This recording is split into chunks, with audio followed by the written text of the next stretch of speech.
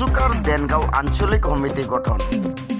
কাৰ্বি আংলং জিলাৰ আগশাৰী ছাত্ৰ সংগঠন সন্মিলিত কাৰ্বি আংলং জিলা ছাত্ৰ পৰিষদ চমুকৈ উসুকাৰ দেনগাঁও আঞ্চলিক সমিতিখন পুনৰ গঠন কৰা হয়।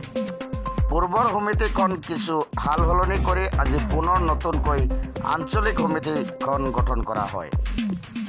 সংগঠনটোৰ সাংগঠনিক ভেটি সবল কৰা আৰু জিলাখনৰ শৈক্ষিক পৰিৱেশ উন্নয়ন কৰাৰ লক্ষ্যৰে এই আঞ্চলিক সমিতিসমূহ মজবুতকৈ গঠন কৰা হয়।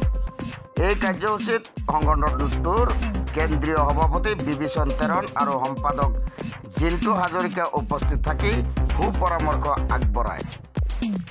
কাৰ্বি আংলং জিলাৰ উত্তৰ বৰবিলৰ পৰা দীপক দত্তৰ ৰিপৰ্ট, পাব্লিক টিভি অসম।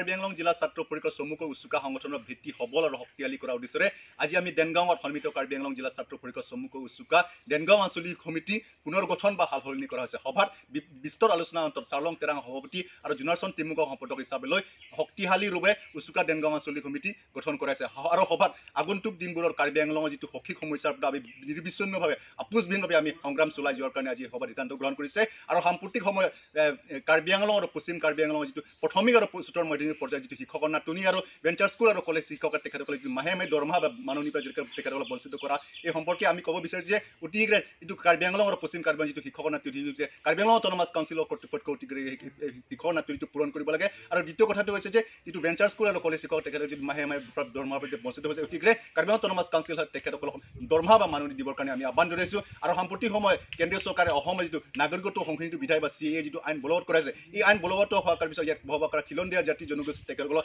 অৰ্থনৈতিক হওক, ৰাজনৈতিক হওক, সামাজিক হওক বা জনগতিক বহুত প্ৰভাৱ পেলায়। সেয়েহে এই আইন সম্পৰ্কে বিগত সময়ছোৱাত আমি বিৰোধিতা কৰিছোঁ আৰু অনাগত দিনবোৰত এই আইন সম্পৰ্কে বিৰোধিতা বা প্ৰতিবাদ কৰি যাম বুলি আজি এই সভাত আমি সিদ্ধান্ত গ্ৰহণ কৰাইছে।